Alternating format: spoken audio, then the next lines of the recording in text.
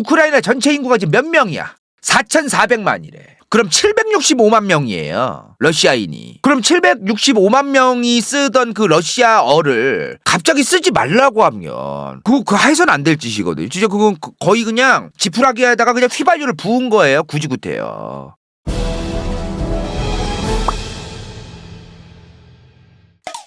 이 루간스크와 도네츠크의 친러시아 주민들, 저 사람들은 도대체 우크라이나 사람이었는데 왜 갑자기 갈라지려고 할까? 저 사람들은 원래 우크라이나 사람이 아닌가? 저 양반들은 정체가 뭘까? 이런 걸 알기 위해서는 슬라브 민족에 대해서 우린 좀 알 필요가 있다. 슬라브족? 러시아인? 우크라이나인? 이런 걸 우린 좀 알 필요가 있습니다. 전부 다 슬라브족이에요. 지금 요 우크라이나 쪽에, 폴란드 쪽에, 그리고 벨라루스 쪽에 요 주변에 사는 굉장히 많은 사람들이 전부 다 슬라브족으로 이루어져 있는 건 맞습니다. 근데 그건 중요하지 않아요. 우리나라 사람들이 한민족 요런 느낌이랑 굉장히 달라요. 뭐 같은 민족이더라도 그냥 각자 다른 나라에 또 사는 정체성이 달라진 또 이런 게 또 있었기 때문에 같은 슬라브족이라고 해서 무슨 뭐 같은 가족이고 이런 거는 지금 씨알도 안 맥힌다. 지금 벨라루스인, 우크라이나인, 폴란드인, 체코인, 슬로바키아인, 보헤미안인, 슬로베니아인, 불가리아인, 마케도니아인, 세르비아인, 보스니아인, 크로아티아인 전부 다 슬라브족이에요.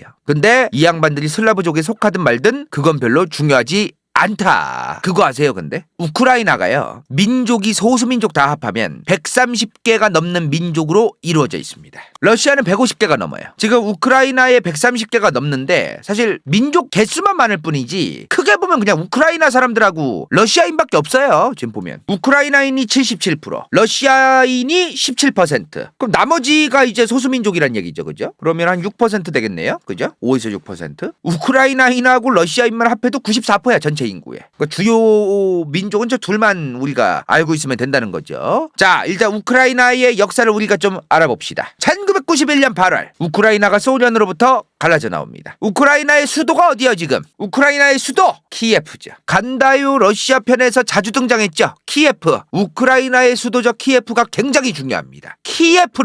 키예프루스라는 게 있어.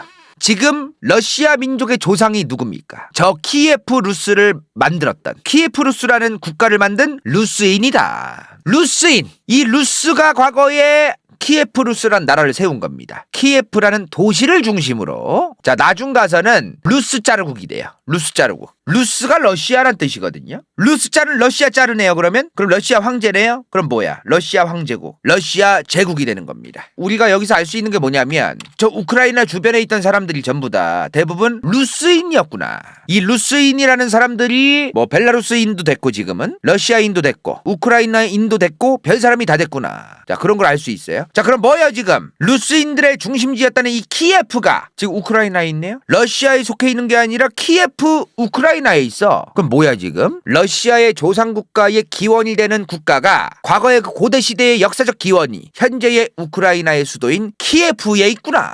키예프루스. 그래서 지금 우크라이나 사람들이 자기들이 루스인들의 중심지였다는 그 자부심이 있어요 지금. 아까 말한 이 키예프루스가 지금 882년부터 1240년까지 번성합니다. 근데 어떻게 되죠? 또골 제국 씹어졌습니다. 또 튀어나오시는 몽골 제국에게 개박살이 납니다. 그리고 킵차크 칸국의 지배를 받아요. 몽골 제국이 나중에는 이제 분열되죠. 이렇게 원나라가 나오고 오고타이, 차가타이 1칸국. 그리고 지금 키예프루스랑 지금의 러시아 지역은 킵차크 칸국이 있네요. 근데요, 이 킵차크 칸국 때 원래 이 루스인들 러시아 민족의 중심지가 키예프였잖아. 근데 저 멀리 모스크바 대공국이라는 나라가 갑자기 개 커집니다. 그러면서 이 모스크바 대공국이 나중에 어떻게 돼요? 러시아 짜르국, 루스 짜르국이 됩니다. 원래는 킵차크 칸국의 공국이었어. 쿠데타에 성공하고 루스 짜르국이 되고 러시아 제국이 됩니다. 그럼 뭐야 지금? 루스인들의 중심지가 우크라이나 키예프가 아니라 이제 모스크바가 된 겁니다. 자, 그럼 이제 우크라이나 지역은 변방이 됩니다. 이제 루스인들의 중심지는 모스크바가 된 거예요. 그 이후에 이 우크라이나 지역은 어떻게 됐을까? 계속 달라져요. 오스만이 먹었다가 폴란드가 먹었다가 폴란드 리투아니아가 먹었다가 오스트리아가 먹었다가 중세 근대 내내 애매했었어요. 저 지역이. 우크라이나 지역은 중세와 근대 내내 딱 부러지게 어떤 특정 민족이 여기에 터잡고 사는 그런 곳이다라는 느낌은 아니었어요. 그래서 이게 애매해. 우리는 러시아 사람들이 아니야, 우리는 우크라이나 사람이야, 이렇게 막 주구장창 얘기하던 게 아니란 말이에요. 이게 설이 많은데 우크라이나의 정체성이 딱 부러지게 형성된 건 1991년부터라고 봐야 됩니다. 소련 붕괴 이후네요? 그 이전부터가 아닌가? 물론 그 이전에도 있었죠. 그 이전에도 우크라이나만의 정체성이 있었고 소련과 구분되어 있는 우크라이나 지역의 지역 주민들 간의 정체성이 있었으나 분명해지고 확고해지고 확정적으로 된 거는 91년 이후로 봐야 됩니다. 이거 잘 들어야 돼요. 여기서부터 이제. 경제적으로요. 우크라이나가 소련 시절의 게이득 중에 게이득 지역이었어요. 유럽 최대의 곡창지대 아닙니까? 지금 봐봐. 이거 확대해볼까요? 확대하면 뭐 나올 것 같아 이거? 다눈밭입니다 이거. 다눈밭이에요. 근데 우크라이나 사람들 입장에서는 소련에 포함이 되어 있는 상태가 똑같은 거야. 우리가 농사짓고 개고생하고 이 식량도 넘쳐흐르는데 저 소련 새끼들이 새벽하고 삥 뜯어가고 똑같은 거지. 우리는 지금 이 상태로도 지금 갈라서도 먹고 살만한데 왜 소련의 통치를 받고 소련과 함께 하면서 왜 이런 개 씹소내를 봐야 되느냐.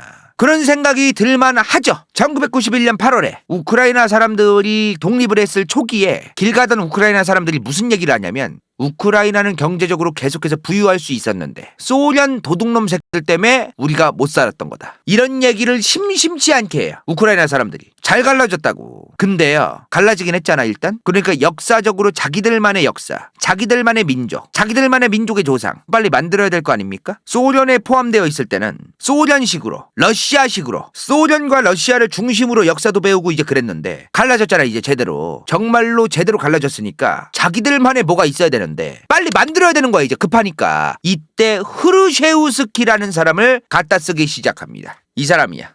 즉 우크라이나 50원짜리 화폐에도 들어가 있는 사람이야.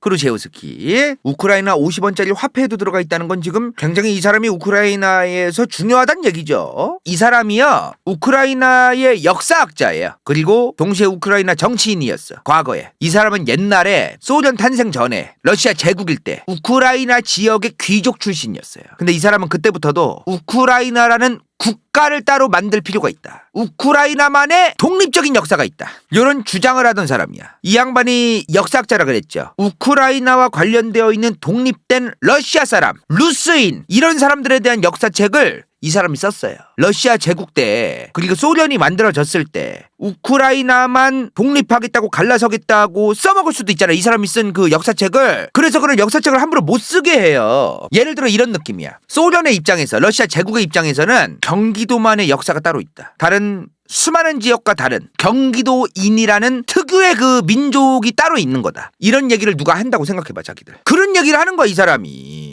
이 사람이 실제로 독립운동을 해가지고 러시아 제국이 망하고 레닌의 볼셰비키 혁명이 터지죠. 이때 잠깐 동안 우크라이나 인민공화국이라는 나라를 만들어요. 이 사람이 만들었다는 건 아니고 만드는 거에 이제 참여를 하고 이제 그랬다는 거예요. 이 사람 혼자 한 건 아니라는 거지 당연히. 이런 우크라이나 인민공화국이라는 게 만들어지는데 쉽지 않았어요. 근데 당시 상황이 뭐였냐면은 우크라이나 인민공화국을 만들려는 독립 세력도 있었고 러시아 제국으로부터 이제 독립하겠다는 거지. 그리고 레닌의 볼셰비키 혁명. 그리고 또 누가 있어? 한쪽에서는 이런 애들도 있었어. 우크라이나 소비에트 사회주의 공화국을 만들려는 애들. 얘네랑 다른 겁니다. 이 당시에 폴란드도 우크라이나 영토를 먹으려고 그래요. 그리고 소련은 똑같아.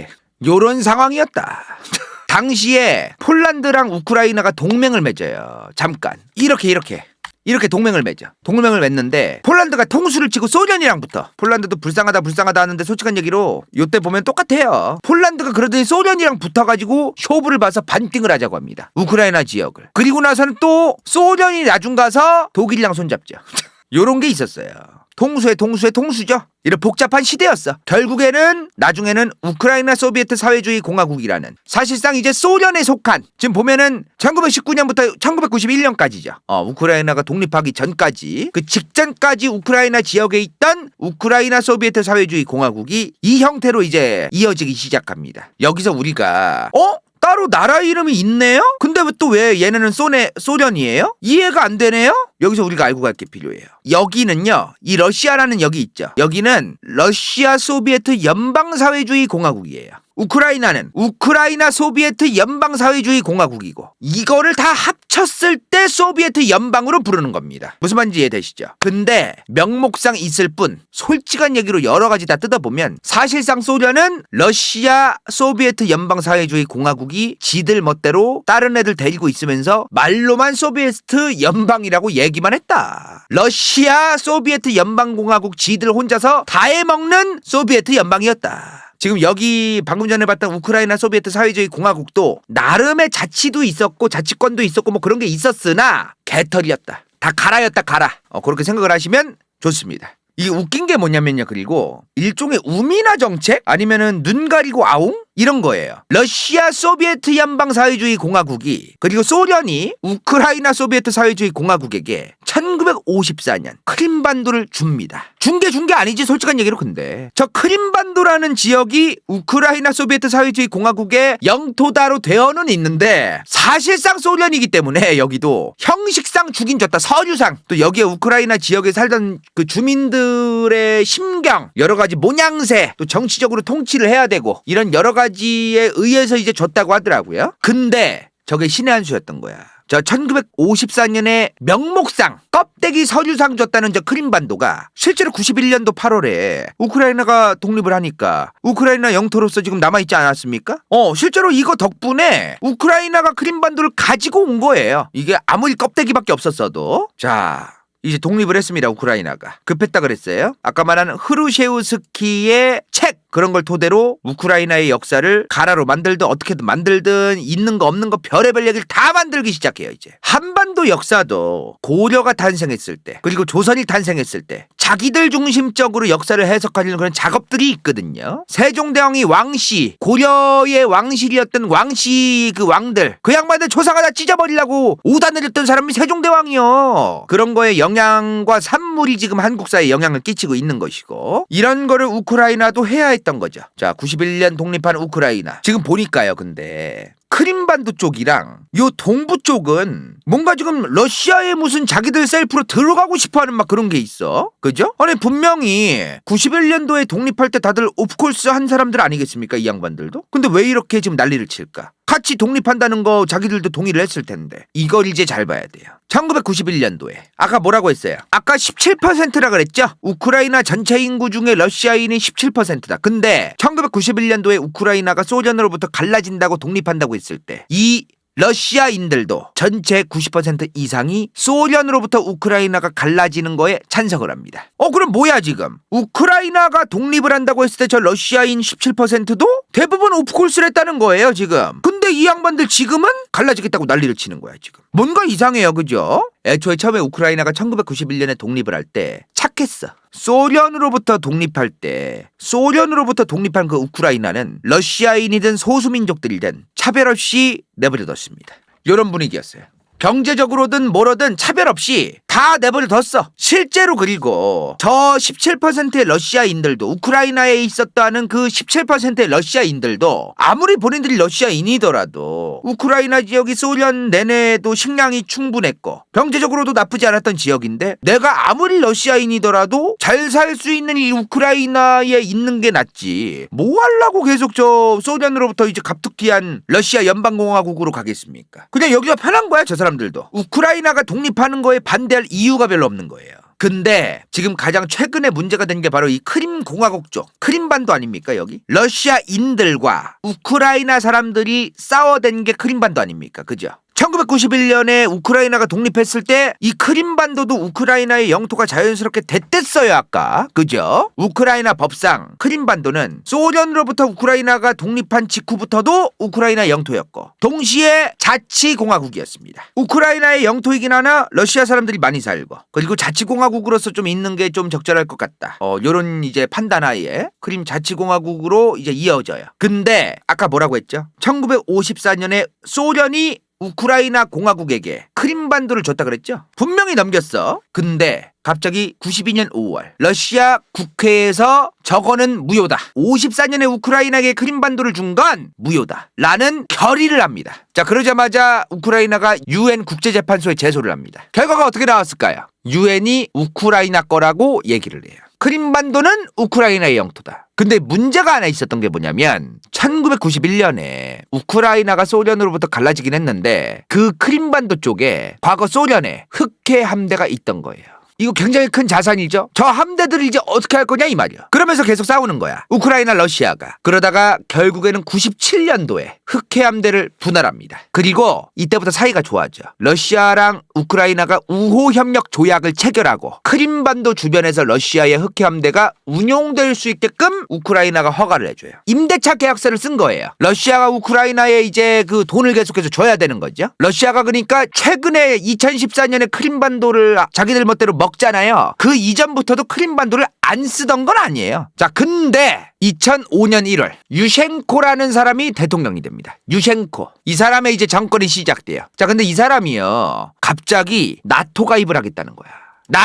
나토가 뭐야? 북대서양 조약기구. 이게 소련의 바르샤바 조약기구 가입국가입니다. 이 바르샤바 조약기구는 미국이 만든 그 나토 북대서양 조약기구와 계속해서 대결 국면에 있던 그런 그 군사동맹 같은 거예요. 소련에게 바르샤바 조약기구가 있었다면 미국에겐 나토라는 북대서양 조약기구가 있었던 거죠. 우크라이나가 근데 여기 가입하면 아까 뭐라고 했어요? 러시아의 영토는 넓다. 그러나 러시아에게 가장 중요한 곳은 여기다. 모스크바를 포함한 이 서쪽이다. 러시아에. 이 서쪽의 코앞에 북대서양 조약기구에 가입한 우크라이나란 나라가 존재하는 거를 러시아가 눈뜨고 볼까요? 보기 힘들다. 절대로 못 본다. 너무 러시아 입장에서 얘기하나? 이거 만약에 유튜브 올라가면 왜 이렇게 러시아를 두둔하냐고 얘기를 할 것 같은데 러시아가 저렇게까지 지랄발광을 하는 이유가 지금 난리치고 있잖아. 푸틴이. 그럴 만한 이유가 충분히 있기는 있다라는 거를 얘기 드리는 겁니다. 그러니까 아무 이유 없이 우크라이나를 먹으려고 하고 동쪽을 먹으려고 하고 우크라이나에 이런 건 아니라는 거를 일단 좀 논리적으로 설명을 드리는 거예요. 오해는 안 하셨으면 좋겠어요. 미국도 쿠바 미사일 위기 같은 것 때문에 난리치지 않았습니까? 그런 거랑 비슷하다고 보시면 될 것 같아요. 2005년 1월에 이 유셴코라는 우크라이나 대통령이 나토에 가입을 한다고 했다 그랬어요. 절대로 이 꼬라지를 못 보는 겁니다. 그리고 나 아까 뭐라고 했어? 이 전에 97년도에 효부 본 거 뭐라 그랬어? 요거 했댔죠? 지금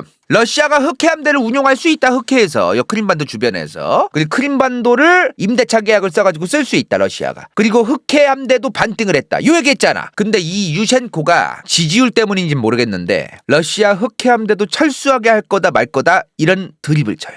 갑자기. 이미 임대차 계약서도 다 썼는데 지금. 이때 러시아의 푸틴이 잠가라 밸브를 합니다. 가스를 잠궈요. 자, 그러다가 이제 이후 대통령 선거에서 우크라이나 제4대 대통령입니다. 야누코비치라는 사람이 대통령이 됩니다. 근데 이 양반이요. 정반대로 가요. 방금 전까지만 해도 유셴코 3대 대통령이 나토도 가입한다. 흑해 함대도 뭐 쳐낼 거다. 뭐 별 얘기 다 있는데 이 사람이 유럽연합 EU와 함께 하려고 했던 경제협정도 모두 중단하겠다.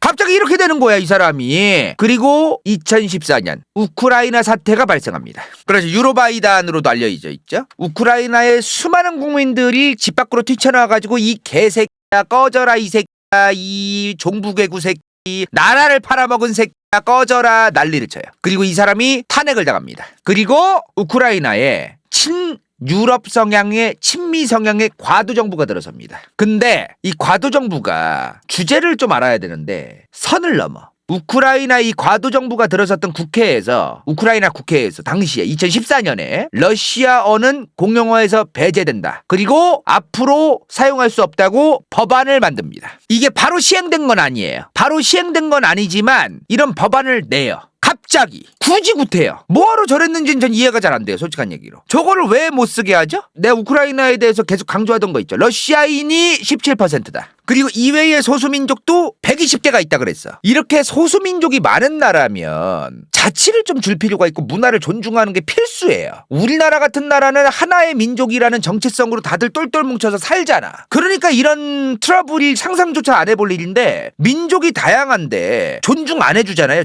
어때요 진짜 나라 그거. 격일제로 싸워 격일제로 맨날. 우크라이나 전체 인구가 지금 몇 명이야?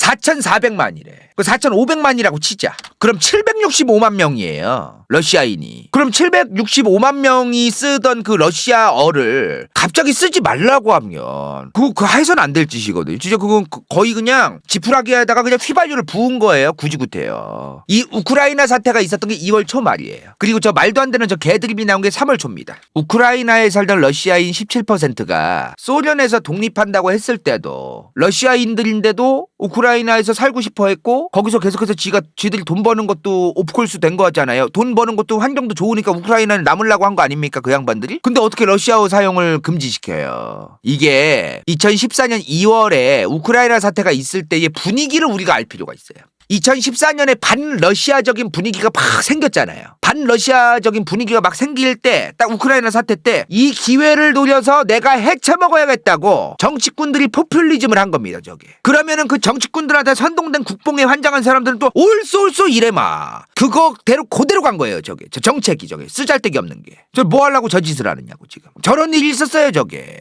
이 러시아어 사용 금지시킬까 말까라는 드립이 나오자마자 러시아 푸틴이 바로 루간스크, 도네츠크, 크림에서 분리 독립 분위기가 생기게끔 부추기기 시작합니다. 바로 작업에 들어가 푸틴이. 그리고 우크라이나의 영토였던 러시아인들이 많이 살던 크림 자치공화국에서 자기들끼리 투표를 해버립니다. 우리는 분리 독립하겠다. 우리 러시아다! 이렇게 된 거예요. 물론 이 양반들이 그러거나 말거나 어찌되었든 우크라이나의 원래 영토였으니까 이 양반들이 뭐 분리독립 투표를 하든 말든 알 바는 아니다. 어차피 우크라이나라고 얘기할 수는 있죠. 그건 일단 그렇다 치고 우크라이나 정부 스스로 정치꾼들 스스로 우크라이나에 속해 있던 러시아인들이 분리독립을 하고 싶어지게끔 위기를 조성시키고 명분을 제공한 게 있다는 거예요. 지금.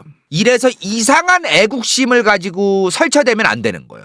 지금 이때 우크라이나가 어떻게 얘기하냐면은 공기관에서 서류라던가 안내문이라던가 아니면 가게의 간판이라던가 일반 자영업장에서 거기에서도 무조건 우크라이나어만 써야 되고 러시아어 쓰면 벌금 낸다고 법안 냈거든요. 그때. 지금 충청도 사투리, 경상도 사투리, 전라도 사투리 있는데 간판이고 뭐고 그런 사투리 쓰면 다 벌금 내야 된다고 우리나라에서 해봐. 전국이 난리 날걸요? 게다가 이건 민족이 다르잖아요. 2014년 2월에 일어난 일이라 그랬습니다. 이 전부 다 이게. 그러자마자 수많은 러시아인들이 많이 살던 지역에서 분리독립 운동이 일어나기 시작합니다. 자, 그럼 뭐야? 2월 초에서 2월 말까지 우크라이나 사태가 있었고 이상한 법안도 나왔고 2월 말에는 분리독립 분위기까지 나왔다. 그리고 3월 3일 진짜 며칠 뒤에요. 러시아 민족을 지키기 위하겠다는 평화유지군이라는 명분으로 러시아의 군대가 크림반도에 진입합니다. 오늘 뉴스에서 보지 않았나요? 오늘? 이게 2014년 3월 3일 뉴스의 내용인데 오늘 뉴스랑 되게 비슷해요.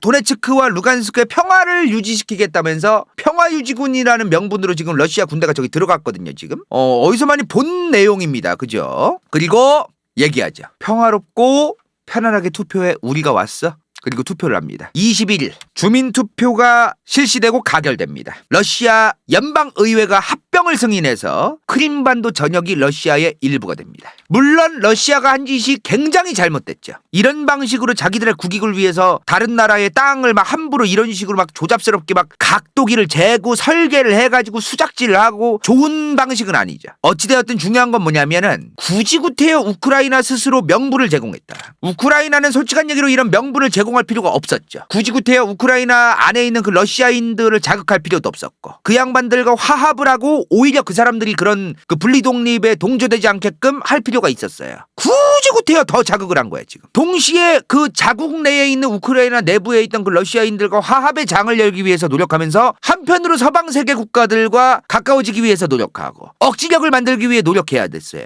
그런 걸 아무것도 제대로 안 하면서 구지구태여 이런 사단을 뭐하러 만드느냐 이 말이야. 우크라이나 내부에 있는 러시아인들이 우크라이나 전체 인구의 17%라는 건요 10명 중에 1.7명이란 얘기예요. 그리고 자국민으로서 그 자국민들을 아무리 민족이 달라도 포용하는 자세를 보여줘야 되는데 다민족 국가는 민족주의가 독일 때가 진짜 많습니다. 특정 민족만 득세하면 돼요 진짜. 우리나라도 앞으로 다문화 그 가정도 많아질 거고 그럴 텐데 우리나라는 애초에 좀 터줏대감 마냥 한민족 위대하다 이러고 있잖아 지금. 이거 민족주의 안 내려놓으면 나중에 수많은 외국인들이 들어올 대한민국이 어떤 일이 터지겠습니까? 니네 나라로 꺼져라. 어차피 여기는 한국인들만의 국가니까 꺼져라. 이지랄할 거야 아마. 전 세계가 놀라겠지. 세상에 한국은 지들 한민족만 최고고 다른 나라 민족들은 그냥 병신 취급한데 저 나라는 가면 안 되는 나라라고. 우리나라도 그런 취급받을 겁니다. 이제 보여. 지금 훤히 지금 한 10년 20년 뒤가 보여. 지금부터 우리도 준비를 해야 되거든요. 우리나라도. 지금 크림반도의 이 과정을 설명드렸어요. 뭐라 그랬어? 지금 3월 말까지 온 거야. 2014년 2월 말에 우크라이나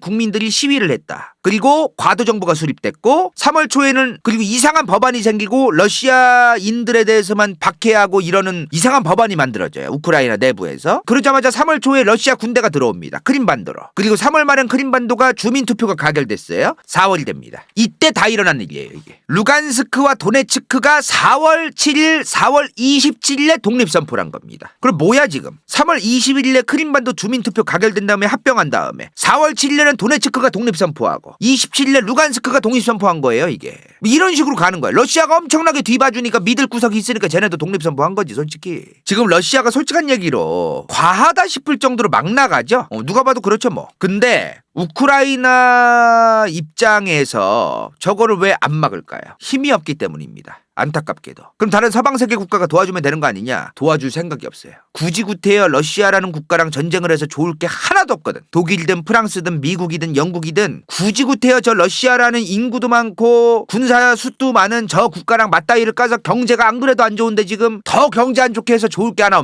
없는 상황이니까. 그거 아세요? 러시아가 지금 우크라이나한테 너무 깡패같이 하잖아요. 그 이유 중 하나가 우크라이나에 핵무기가 없기 때문입니다.